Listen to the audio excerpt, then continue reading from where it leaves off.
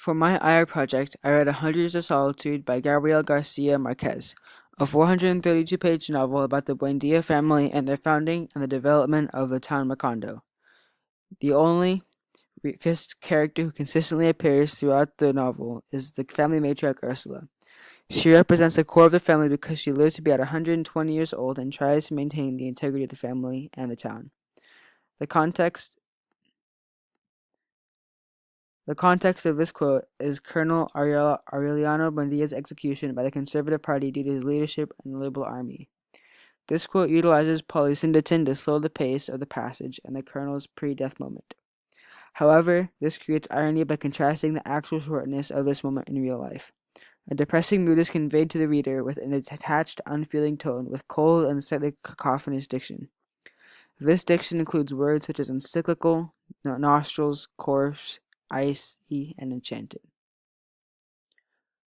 Moving on to the middle of the book, where Ursula's great-grandson, Aureliano II, is engaging in a well-known adulterous relation with a youthful, spirited concubine, while his wife, a supposed queen from a foreign land, descends into a sad maturity. The author's parallel structuring with adjectives allows him to compare the woman's attributes, especially when combined in a compound sentence. The compound sentence effectiveness increases with the contrasting diction and the clauses used for each woman. The first part contains bland diction reflecting his wife's bland attributes, while the second part contains more exciting diction, again reflecting the concubine's more exciting nature. This contrast creates an inherent feeling of guilt and pity for Aureliano's second actual wife, and a solemn mood because one can infer the decline of their marriage.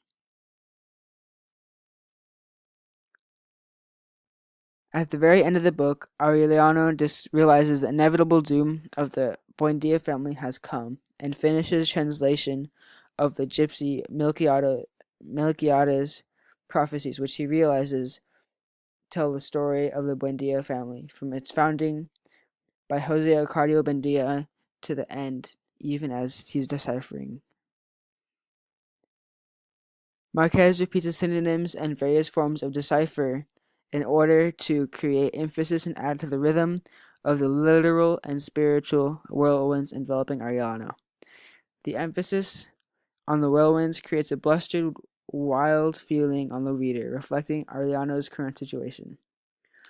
The religious diction also adds another layer of meaning to the passage by emphasizing the spirituality of the novel, such as with the theme of manipulation of reality. The theme of conservative values of the older generations